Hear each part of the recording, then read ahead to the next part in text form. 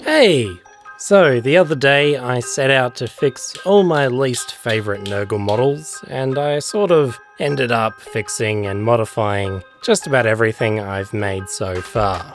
After seeing all my models ranked up in their brand new flashy movement trays, I saw that they needed three things. More Nurgle, more unification, and more weird. I don't want any models getting lost in the background or being too boring to paint or look too similar to their neighbours or not look like they don't belong with everyone else. As well, I want them to fill any empty space, so together they look like one big unbroken mob of grossness.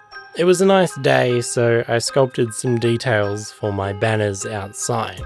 This was an opportunity to experiment with different sculpting materials. This time, grey stuff, which I haven't quite worked out yet. Honestly, it feels very similar to green stuff, if not the same, to me, despite all the research telling me what to expect, but that's okay. I'll keep experimenting until I understand it.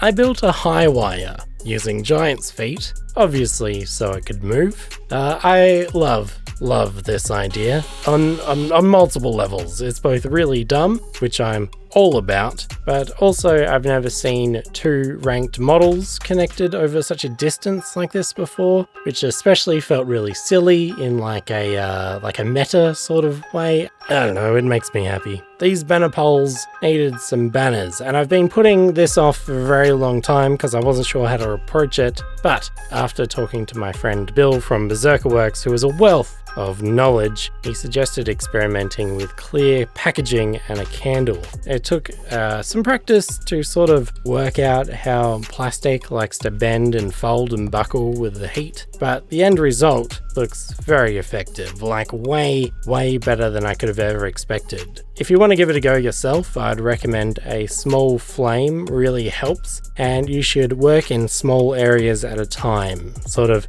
using gentle pulling and pushing motions, like really gentle, because if you pull too hard, it can snap.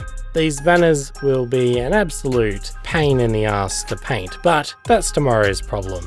Eventually, well, when I say eventually, this is my next project. I want to learn how to do something like this, and it's going to take a lot of practice and learning, but that will be fun. I applied some dirt texture paste onto the models in areas that I thought could use some extra visual contrast to hide seams and unflattering sculpts. This stuff is normally applied after painting, but I think the texture will be awesome after a paint job for catching washes on things like the skin and cloth. I tried not to go overboard, it was tempting, but instead I tried to use it as just another detail that could unify models and add a bit more grit to things that were a bit too goofy. Moving onto the big guys, I've done their bases using shallow castings of my base molds and Milliput to make mud. I added some rats in hopes to gain favour with a local Skaven player in our campaign, and I also thought the rats would tie back into the Mordheim theme quite well.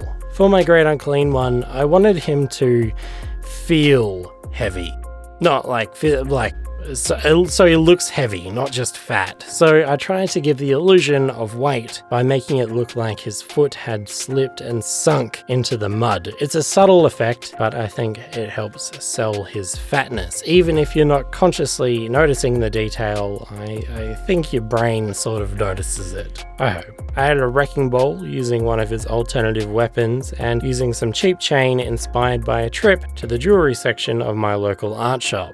I gave my Demon Prince a small upgrade to her staff using a Marauder banner and some Dryad bits. I really dig the asymmetry of the horns. It's sort of weirdly unsettling because it's not quite right. It doesn't have that natural symmetry that regular horns do. So, I don't know.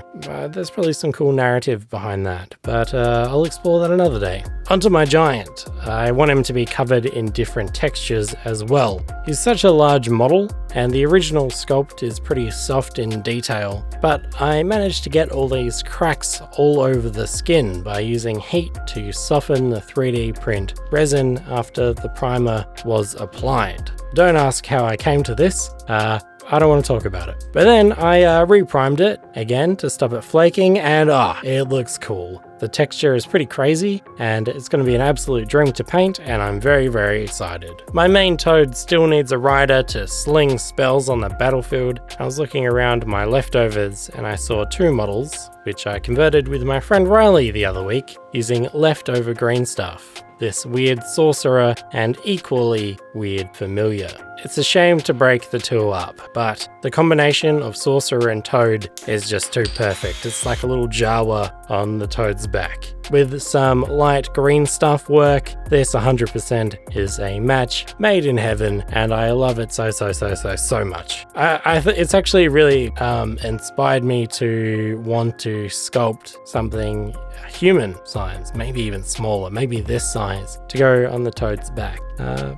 Maybe I can do that another day. Anyway, I'll also have to come up with a new sorcerer now, but that's okay. That's half the fun of doing this sort of stuff. I think I'm about ready to start painting now, so stay tuned. I'll be back, probably with paint in my hands. I hope so. If not, something's wrong. So, okay, bye!